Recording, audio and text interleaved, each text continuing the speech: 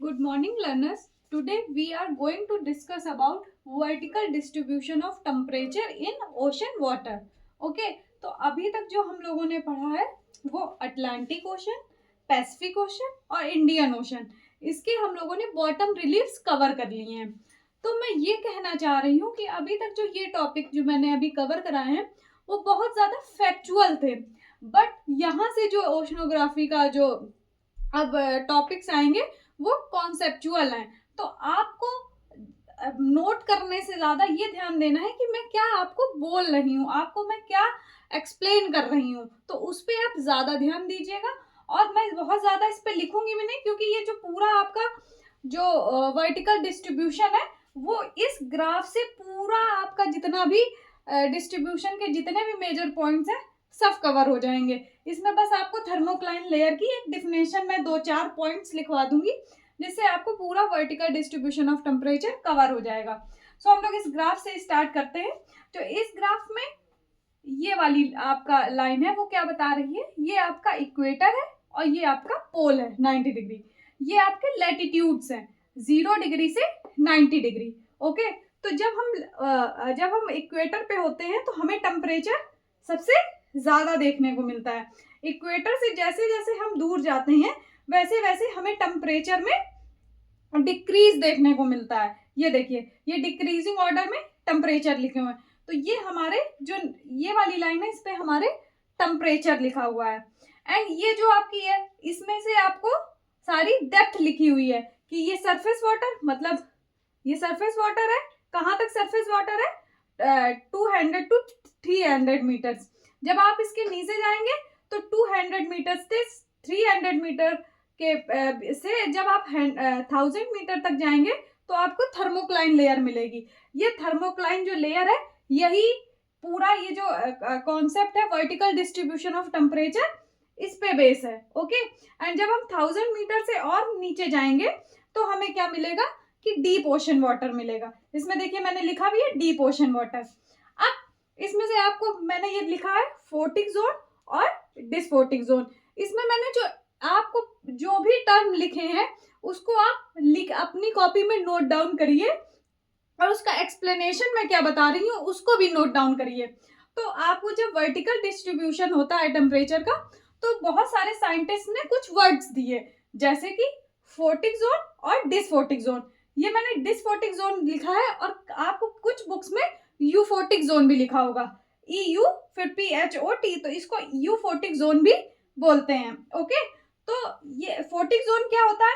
Photic zone ये होता है जहां पे आपको सनरे प्रॉपर अमाउंट में मिल रही हो, जहां पे आपको सनलाइट प्रॉपर अमाउंट में मिल रही हो वो हमारा होता है फोटिक जोन। तो हमें ओशन वाटर में सरफेस से लेकर ओशन सरफेस से लेकर हमें 200 मीटर्स तक एक अच्छी अमाउंट में सनलाइट मिलती है, इसलिए ये हमारा क्या है? फोटिक जोन है। आपको मैं बताऊं मैक्सिमम जो सी वाटर एनिमल्स होते हैं वो आपके फोटिक जोन में ही होते हैं। ओके, अब जब आप 200 मीटर से नीचे जाएंगे तो आपको यूफोटिक जोन या डिस्फोटिक जोन मिलेगा। इसका मतलब क्या है कि यहाँ पे जो सनलाइट की प्रेजेंस होती है या तो वो लेस हो, काफी कम अमाउंट में होती है, या तो वहां पे होती ही नहीं है सनलाइट। अब जब आप डीप ओशन वाटर में जाएंगे तो आपको तो यहाँ पे आपको सनलाइट मिलती ही नहीं है। इसीलिए आप जब देखें तो जब आप मरीन एनिमल्स को पढ़ेंगे तो बहुत कम एनिमल्स होते हैं जो यहाँ डेंस वाटर और डीप ओशन वाटर में सरवाइव कर पाते हैं। ओके, तो जब हम ओशन करंट्स पढ़ते हैं तो आपको बताऊं कि जो ओशन करंट होते हैं वो ये जो जोन है आपको सरफेस से लेके 200 मीटर्स तक, तो जो ओशन करंट चलते हैं वो आपके इसी जोन में चलते हैं, फोटिक जोन में। फोटिक जोन जो होता है इसी में आपको ओशन करंट्स मिलते हैं। उसके नीचे अगर आप जाएं तो कोई भी ओशन करंट नहीं चलता है। ये आपको पता चल गया। अब आपको क्या जानना है कि क्योंकि यहाँ पे सनलाइट बहुत अच्छी अमाउंट में मिल रही है तो यहाँ पे क्या होगा? लेस डेंस वाटर होगा। लेस डेंस वाटर क्यों होगा? क्योंकि ये आपको सनलाइट अच्छी अमाउंट में मिलेगी और ये क्या करेगी? वाटर को गर्म कर देगी, और जब गर्म हो जाती है कोई चीज तो वो क्या होती है? लेस डेंस हो जाती है।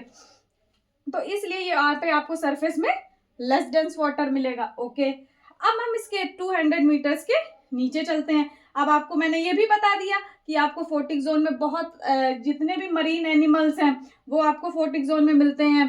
आपको कोरल्स, जैसे कि अब अगर आपको कोई भी प्लांट है तो उसको सरवाइव करने के लिए सनरे चाहिए, उसको फोटोसिंथेसिस के लिए सनरे चाहिए।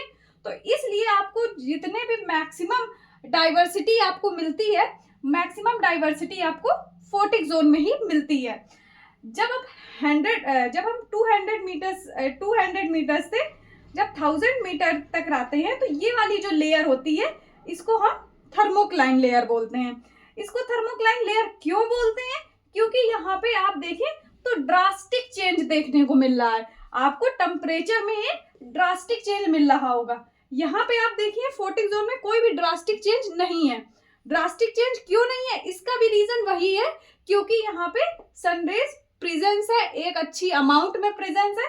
तो ये क्या करती है, टेम्परेचर में आप पूरा टेम्परेचर क्या रखती है, स्टैटिक रखती है, ज्यादा आपको चेंजमेंट नहीं हो देखने को मिलता है। अब ये रीजन, अब डिसफोटिक जोन है मतलब यहाँ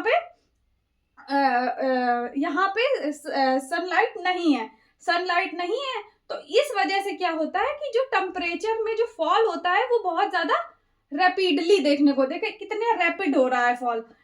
आपको यहाँ पे 25, आपको यहाँ पे क्या था, 25 डिग्री सेल्सियस के आसपास था, 20 से 25 डिग्री सेल्सियस के आसपास था। अब आप जैसे ही 1000 मीटर पे जाइए, देखिएगा कितना मिल गया आपको, 4 डिग्री सेंटीग्रेड पे पहुंच गया। कितना ड्रास्टिक चेंज है। तो इस चेंज का रीजन क्या होता है? इस चेंज का रीजन बस यही होता है कि यहाँ पे सनलाइट प्रेजेंस नहीं होती है। ओके, अब ये थर्मोक्लाइन लेयर है क्या, ये बहुत ही इंपॉर्टेंट है, यूजीसी क्वेश्चन इससे पूछता है और आपको भी ये बहुत जरूरी है पता होना। थर्मोक्लाइन क्या लेयर है, ये आपको दिख रहा होगा, ये एक ट्रांजिशन जोन है।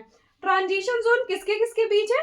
लेस डेंस वाटर और डेंस वाटर के बीच में ये क्या है, ये एक ट्रांजिशन जोन है। या ये आपको क्या है, सरफेस वाटर और डीप ओशन वाटर के बीच में ये आपका ट्रांजिशन जोन है। ओके, तो आप पहली लाइन क्या लिख सकते हैं थर्मोक्लाइन लेयर में कि it is a transition zone between less dense water and dense water. Okay, and thermocline layer में आपको क्या देखने को मिल रहा है कि जैसे जैसे आप क्या कर रहे हैं, डेप्थ में इंक्रीज हो रही है, जैसे जैसे आपकी डेप्थ इंक्रीज हो रही है वैसे वैसे जो टेम्परेचर है वो डिक्रीज हो रहा है। तो इसमें आप क्या लिख सकते हैं, विथ इंक्रीजिंग डेप्थ, आपकी डेप्थ इंक्रीज हो रही है तो with increasing depth temperature is decrease, temperature जो हो रहा है वो डिक्रीज हो रहा है। अब हम देखेंगे कि जब आप 1000 मीटर तक आ गए, जब आप 1000 मीटर से देखें तो आपको देखिए ये बिल्कुल एक स्ट्रेट लाइन दिख रही है। ये स्ट्रेट लाइन क्यों है? क्योंकि कहीं भी अगर आप इक्वेटर के पास हो या पोल्स के पास हो, आपको अगर आप डीप ओशन वाटर देखेंगे तो उसका टेम्परेचर क्या रहेगा, 4 डिग्री सेंटीग्रेड। आप 1000 मीटर के नीचे कहीं भी जाएं, चाहे इक्वेटर के पास का रीजन हो या पोल के पास का रीजन हो, आपको सभी जगह पे जो टेम्परेचर है वो 4 डिग्री सेंटीग्रेड मिलेगा। 4 डिग्री सेंटीग्रेड क्यों मिलेगा? क्योंकि वाटर की जो हाईएस्ट डेंसिटी होती है वो 4 डिग्री सेंटीग्रेड पे होती है। आपको लगेगा 100 डिग्री पे नहीं होती है। अगर 100 डिग्री पे, क्योंकि काफी लोग ये कंफ्यूज होते हैं कि वाटर सबसे ज्यादा डेंस 0 डिग्री सेल्सियस पे होगा, पर ऐसा नहीं है। वाटर सबसे ज्यादा डेंस 4 डिग्री सेंटीग्रेड पे होता है। ये प्रीवियस ईयर क्वेश्चन है। ओके, तो सबसे ज्यादा जो हाईएस्ट डेंसिटी मिलती है वो 4 डिग्री सेंटीग्रेड वाटर की होती है। यही रीजन है कि यहाँ पे आपको 4 डिग्री पे एक स्ट्रेट लाइन दिख रही है, ना कि 4 डिग्री से पहले दिख रही है, ना कि 4 डिग्री के बाद दिख रही है। तो ये जो पूरा आपका, ये जो मैंने अभी एक्सप्लेन किया, ये पूरा आपका वर्टिकल डिस्ट्रीब्यूशन ऑफ टेम्परेचर है। ओके, ओशन वाटर का। अब आपको जो मैंने चीज बोली मैं यही वाली चीज यहाँ पे लिखूंगी कि इट इज बिटवीन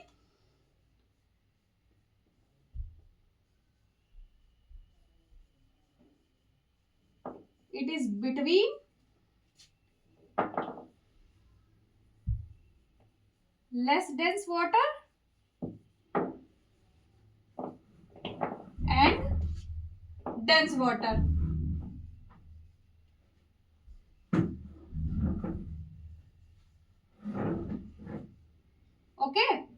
देन अब हम देखेंगे कि ये क्या है विथ। अब आपको मैंने दूसरी चीज क्या बनाई कि जो टेम्परेचर है, टेम्परेचर इज डिक्रीजिंग। आपको क्या हो रहा है, टेम्परेचर में डिक्रीज देखने को मिल रहा है। तो यहाँ पे क्या होगा, the temperature is decrease,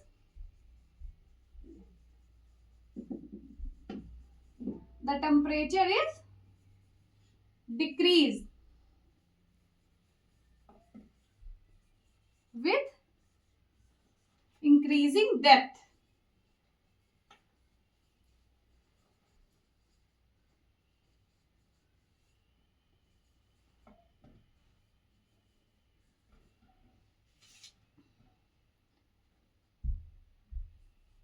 In thermocline layer.